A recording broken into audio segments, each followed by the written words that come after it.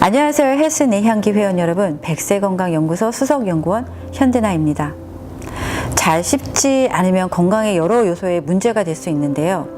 우리 아이들에게 잘 씹지 않아 나타난 부작용을 들려면 우선 치아의 문제를 들 수가 있습니다. 치열이 고르지 못하여 들쑥날쑥하거나 덧니 뻐럭니가 되는데, 이 경우라면 치아의 발달 단계에서 자극을 주지 않아 생긴 것입니다. 치열에 영향을 주는 것은 혀에서 내미는 힘과 뺨이나 입술에서 미는 힘의 평형인데, 씹는 훈련이 되어 있지 않거나 너무 연한 음식을 먹어 구강 근육이 발달할 기회가 없어지므로 부정교합이 생긴 겁니다. 부정교합 상태에서는 음식물을 잘 씹을 수도 없고 삼키기도 곤란하며 얼굴 형태도 비대칭으로 외모에 손상을 줍니다. 이는 잘 씹지 않아 턱 근육의 발달에 문제가 생긴 것입니다. 성인의 경우 요즘 위식도 역류증 환자가 늘고 있는 것도 잘 씹지 않는 습관과 관계가 있습니다. 이는 식후 위에서 분비되는 위산이 식도로 역류하여 식도의 출혈을 비롯한 염증이나 궤양을 일으키는 병으로 심할 경우 식도암을 유발하기도 합니다. 단백질을 분해해야 할 위산이 식도를 분해하는 반란을 일으킨 셈입니다. 이처럼 씹지 않고 빨리 먹는 습습관은 소화 속도를 조절하지 못해 위, 식도계를 혼란하게 합니다. 이러한 습습관은 과식을 유도하며 과식하고 나면 피곤합니다.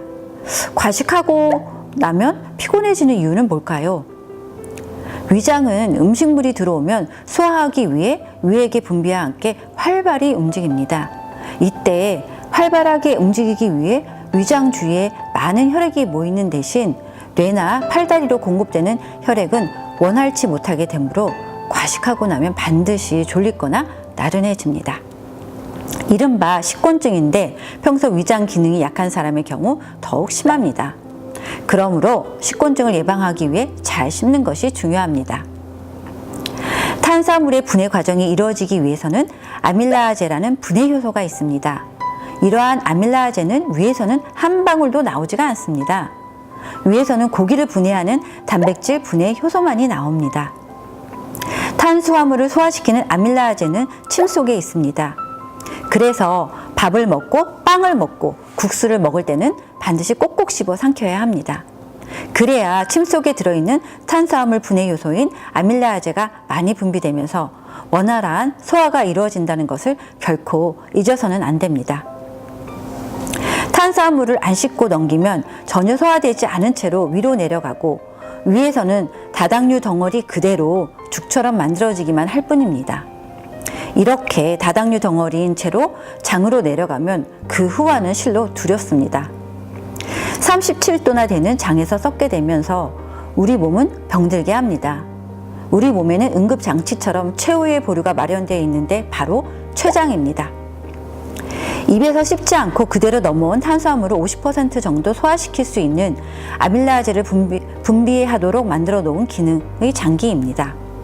그런데 충분히 씹지 않고 넘긴 탄수화물 때문에 췌장을 쉬지 못하게 하고 질병에 노출되는 상황을 만들게 됩니다. 췌장암에 여러 가지 이유가 있지만 췌장이 쉬지 못하게 하면 아무래도 질병에 노출이 되겠죠?